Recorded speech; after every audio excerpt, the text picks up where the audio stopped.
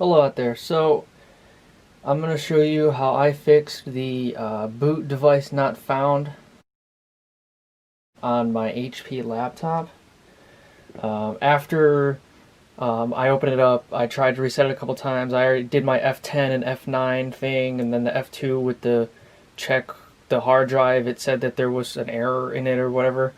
So this was the next step, because I had assumed my hard drive either's gone bad or the plug for the hard drive. So what I ended up doing, you have to flip it over, unplug the battery. There it goes. It likes to slide out of there. You have a bunch of screws. You have one here, here, two here, another one here, and then one underneath each of these rubber stands. It's kind of hard to get to, but there's one there, there, and there. And then what you got to do is this screw undoes the CD DVD ROM. Just take that out. And then once you have all the screws out, you flip the laptop back over. You open it back up, and then this is kind of the pain in the butt, but you got to get under there. Usually like a credit card or something help works, but let's see. Oh, and also in order to do that, obviously you need a small Phillips head screwdriver to undo the screws on the bottom. It's not Allen heads or anything, luckily.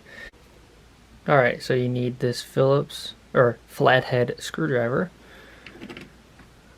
Get it in there and then start just run it through and pop it out. There's all these grooves on the side. And then once you start it going, you could usually use your finger.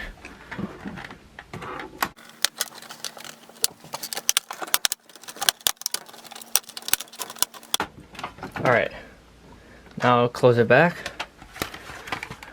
Take it from the back, or the bottom, and then you're going to pop it out in the back,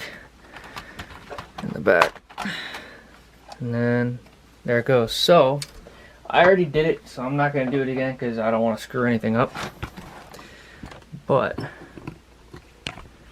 right here is your hard drive. And in order to do this, you take this screw out, and there's a screw right here. This little metal piece will come off. And then in order to do this, this is the connector right here. You slide it and then lift it up.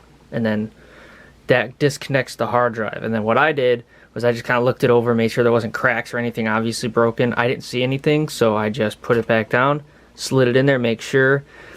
This one, I think I disconnected this one and made sure they were back tight in there.